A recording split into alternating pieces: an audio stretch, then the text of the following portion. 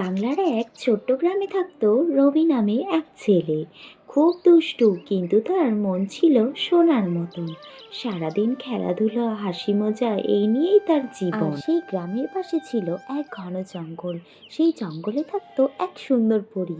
সে ভালো মানুষদেরকে সুন্দর সুন্দর উপহার দিত।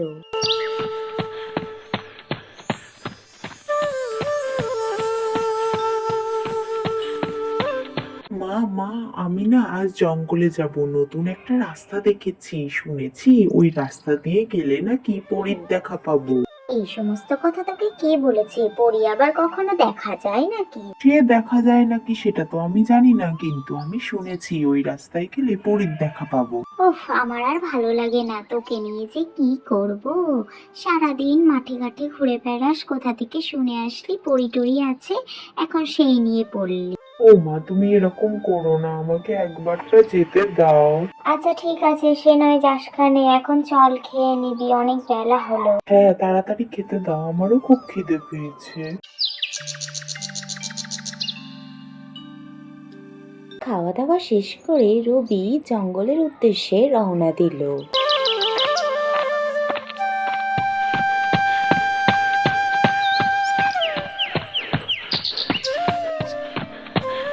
দূর বাবা, হাঁটতে হাঁটতে তো অনেক দূর চলে এলাম, এখনো তো কোনো পরীর দেখা পেলাম না। আর কত দূর যেতে হবে? এই কথা বলে সে আবার হাঁটা শুরু করলো।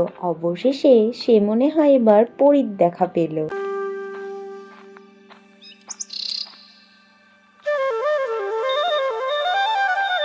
এই ছেলে, তুই এই জঙ্গলে কি করছিস? জানিস এই জঙ্গলে কেউ আসে না, আর তুই একা একাই চলে এলি।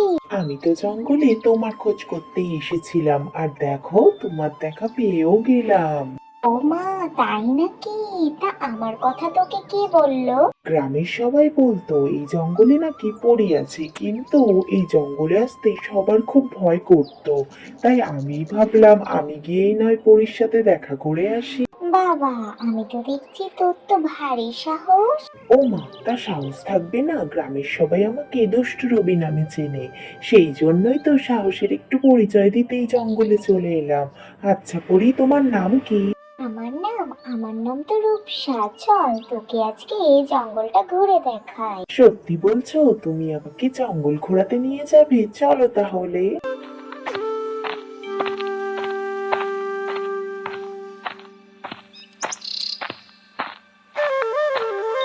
রবি, তুমি কি জানো সবাই পরীর কাছে নতুন নতুন পুরস্কার চায়, কিন্তু তুমি তো কোনো পুরস্কার চাইলে না আমার কাছে। সত্যি বলছো? তুমি আমাকে পুরস্কার দেবে? তাহলে বলো কি পুরস্কার দেবে। পুরস্কার তুমি পাবে যদি তুমি 3টি কাজ মন দিয়ে আর ভালোবাসা দিয়ে করতে পারো, তবেই তুমি পুরস্কার পাবে। কোন 3টি কাজ আমাকে করতে হবে বলো বলো, আমি সব কাজ করব। শোনো তাহলে, তোমাকে 3টি পরীক্ষা দিতে হবে: সাহায্য, সাহস আর সত্য। এই 3টি পেরোলেই তুমি পাবে আমার কাছ থেকে মহান একটি উপহার। আমি পারবো, আমি সব পারবো। আচ্ছা ঠিক আছে, তাহলে তুই এখন বাড়ি ফিরে যা, আবার তোর সাথে পরে দেখা হবে।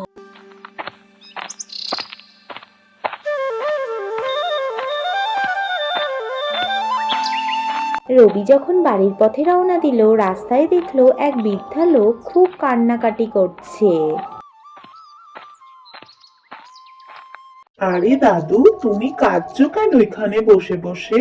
আরে বাবা, আমি কাঁদবো না তা কি করবো বল, চোখে তো ভালো দেখি না। বাজার করে বাড়ি ফিরছিলাম, তখনই ব্যাগ থেকে সমস্ত সবজিপাতি নিচে পড়ে গেল। এখন ভালো করে দেখতেও পাচ্ছি না যে তাদেরকে ব্যাগে ভরবো। ও, এই ব্যাপার! তুমি আর কান্নাকাটি করো না, আমি তোমার সমস্ত সবজি ব্যাগে তুলে দিচ্ছি।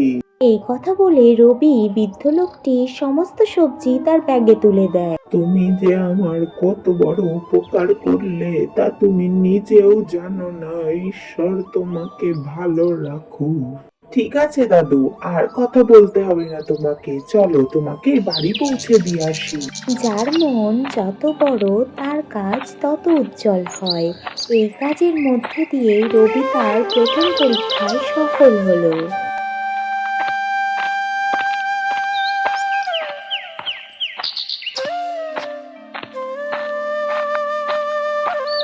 অনেক ধন্যবাদ তোমাকে বাবা, এত বড় উপকার তুমি করলে যে আমার। না না দাদু, তুমি আমাকে ধন্যবাদ দিচ্ছ কেন? এটা তো আমার কর্তব্য। আমার মা আমাকে শিখিয়েছে সব সময় সবাইকে যে কোনো কাজে সাহায্য করতে। অনেক বড় হও বাবা, তুমি খুব ভালো মনের মানুষ। ঠিক আছে দাদু, এখন তাহলে আমি বাড়ি যাই, মা আবার আমার খোঁজ করবে। আচ্ছা ঠিক আছে, সাবধানে যেও বাবা।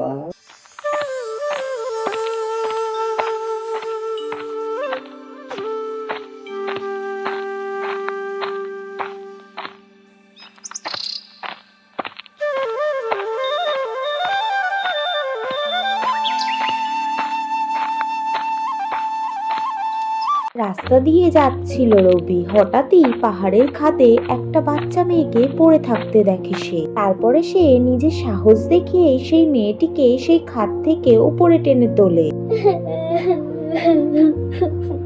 আরে আরে আরে, তুমি কান্নাকাটি করছো কেন? আগে তো তুমি বলো এই খাদে এখানে কি করতে এসেছিলে, আর পড়লেই বা কি করে?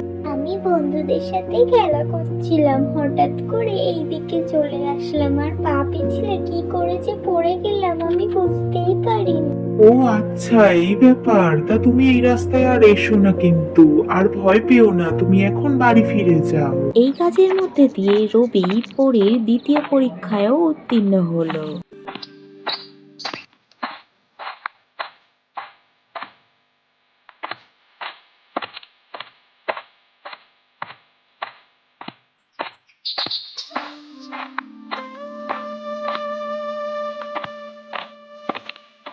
রবি রাস্তা দিয়ে হেঁটেই যাচ্ছিল, হঠাৎই দেখতে পায় তাদের প্রতিবেশীর মেয়েকে খুব বকাবকি করছে তার মা আর ঠাকুমা, আর পাশ থেকে একটা কালো বিড়াল দৌড়ে যাচ্ছে।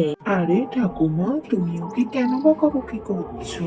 ওকে বকবে না তা কি করবে বলতো?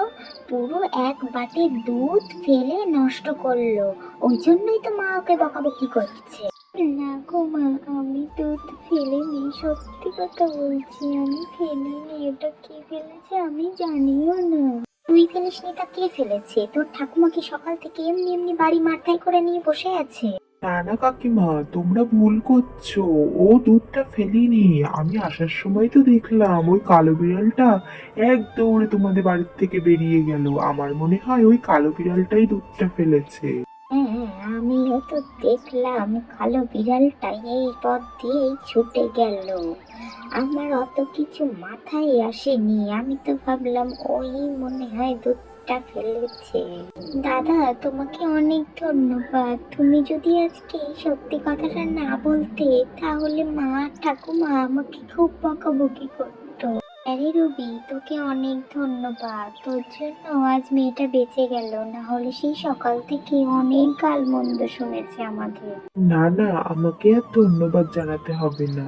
একটা কথা মনে রাখবি, কখনো কাউকে বিনা কারণে অপরাধী করবে না। আমার মা সবসময় বলে আগে সত্যটা যাচাই করে নিও, তারপরে কাউকে অপরাধী করো।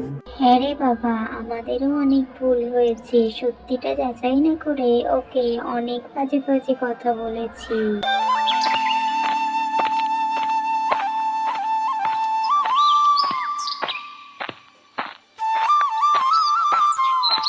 মা, ও মা, কই বাইরে এসো, তাড়াতাড়ি এসো। কি হয়েছেটা কি? এত ডাকাডাকি করছিস কেন? জানো মা, আজ জঙ্গলে পরীর দেখা পেয়েছি। এই কি পরী, তুমি এইখানে?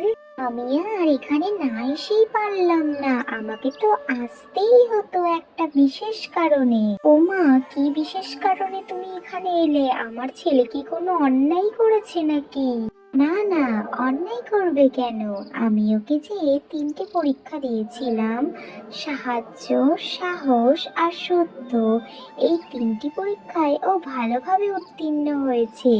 তাই তো ওকে উপহার দিতে এলাম। আমি কিভাবে 3টে পরীক্ষায় উত্তীর্ণ হলাম? তুই যখন জঙ্গল থেকে বেরিয়ে আসছিলিস তখন একটা বৃদ্ধ লোককে সাহায্য করেছিলিস, এর জন্য তোর প্রথম পরীক্ষায় উত্তীর্ণ হলো।